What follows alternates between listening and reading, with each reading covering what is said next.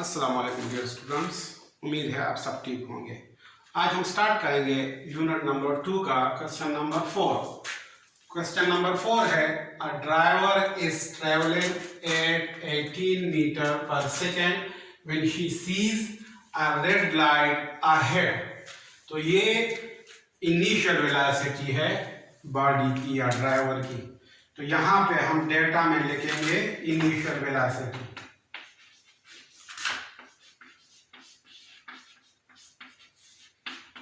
VI is equal to 18 meter per second.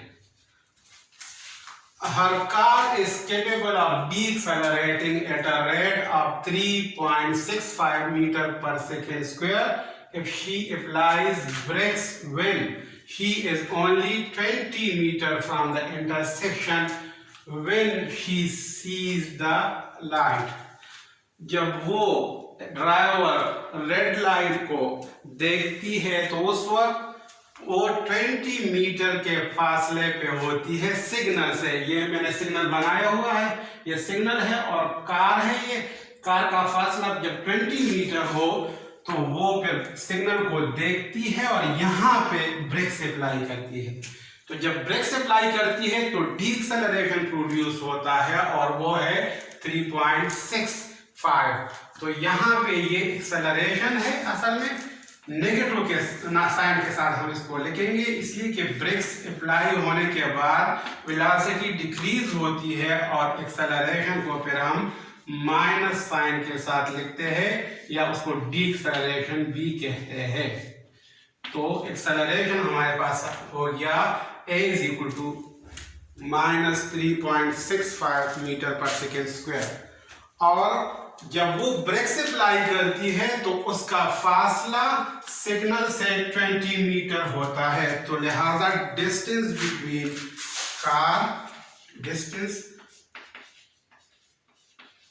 Between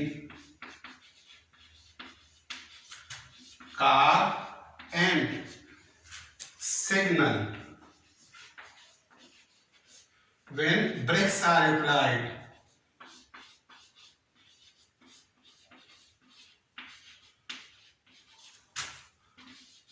जब breaks apply होते हैं तो उसका फासला, सपोज उसको हम S1 से डिनोट करते हैं, वो 20 मीटर है। अब जब ब्रेक्स अप्लाई होती है तो जाहिरी बात है कि कुछ वक्त के बाद बॉडी स्टॉप होगी। तो जब बॉडी स्टॉप होती है तो उसकी फाइनल वेलोसिटी 0 होगी। तो हम यहाँ पे फाइनल वेलोसिटी लिखेंगे VF is equal to 0 metre per second. अब आखिर में हमसे क्या पूछ रहे हैं? Will she be able to stop in time? क्या वो इस काबिल होगी कि कार को वक्त पे रोक सके, सिग्नल पे रोक सके? तो हमने ये फाइंड करना है। तो इसके लिए ज़रूरी ये है कि हम वो डिस्टेंस फाइंड करें जो ये कार ब्रेक्स अप्लाई करने के बाद कवर करती है। तो हम यहाँ पे लिखेंगे distance covered by a car before come to rest. Distance covered by a car before stop।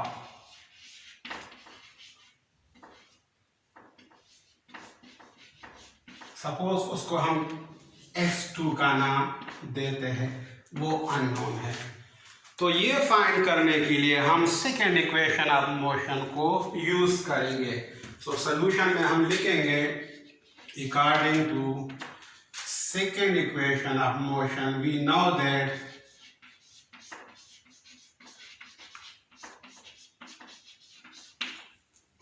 S is equal to 2S is equal to VF square minus VI square। यहाँ पे S की जगह हम S2 को लिखेंगे, इसलिए कि हम S2 को फाइंड करना चाहते हैं। अब S2 को हम फाइंड करना चाहते हैं और ये 2A उसके साथ मल्टीप्लाई है, तो इसको हम दूसरे साइड पे डिवाइड करेंगे। इस तरह लिखेंगे divide both side by 2A। तो जब हम divide both side by 2a करेंगे तो ये यहाँ पे s2 रह जाएगा और ये 2a जो है यहाँ पे नीचे आ जाएगा। ये इसको हम इक्वेशन 1 का नाम देते हैं। अब सारी वैल्यूज जो है गिवन वैल्यूज इस इक्वेशन में हम पुट करते हैं। तो हम लिखेंगे putting all given values in equation 1, putting all given values in equation 1। तो इक्वेशन 1 में जब हम वैल्यूज को पुट करते हैं तो हमारे पास s2 आ जाएगा। s2 is equal to vf square 0 का स्क्वायर माइनस vi 18 का स्क्वायर डिवाइडेड बाय 2 और a की जगह -3.65। इसको जब हम मजीद सिंप्लीफाई करेंगे तो इसको इस तरह लिखेंगे s2 is equal to 0 square से 0 आता है, लिखने की जरूरत नहीं है, माइनस हम यहाँ पे माइनस लिखेंगे। 18 का स्क्वायर 18 मल्टीप्लाई 18 324 आता है, जरा कैलकुलेटर से आप चेक कर ले, 324 और डिवाइडेड बाय 2 मल्टीप्लाई बाय -3.65।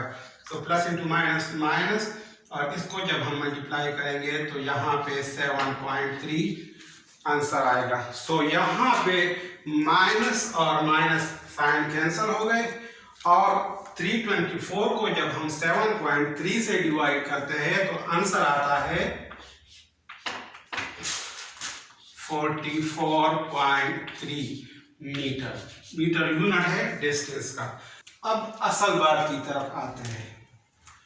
जिस वक्त ड्राइवर ने सिग्नल को देखा था उस वक्त ड्राइवर का और सिग्नल का फासला 20 मीटर था और कार ने ब्रेक्स अप्लाई करने के बाद टोटल डिस्टेंस कवर किया है 44.3 मीटर। तो इसका मतलब ये हुआ कि कार सिग्नल के अंदर घुसा है, कार ने सिग्नल तोड़ा है और कितना अंदर फासला कवर किया है कार ने, वो हम अब फाइंड करते हैं। तो वो फासला यानी जो एक्स्ट्रा डिस्टेंस है जो कार ने कवर किया है, extra distance cover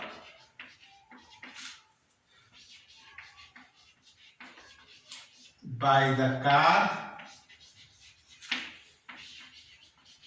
within the interchange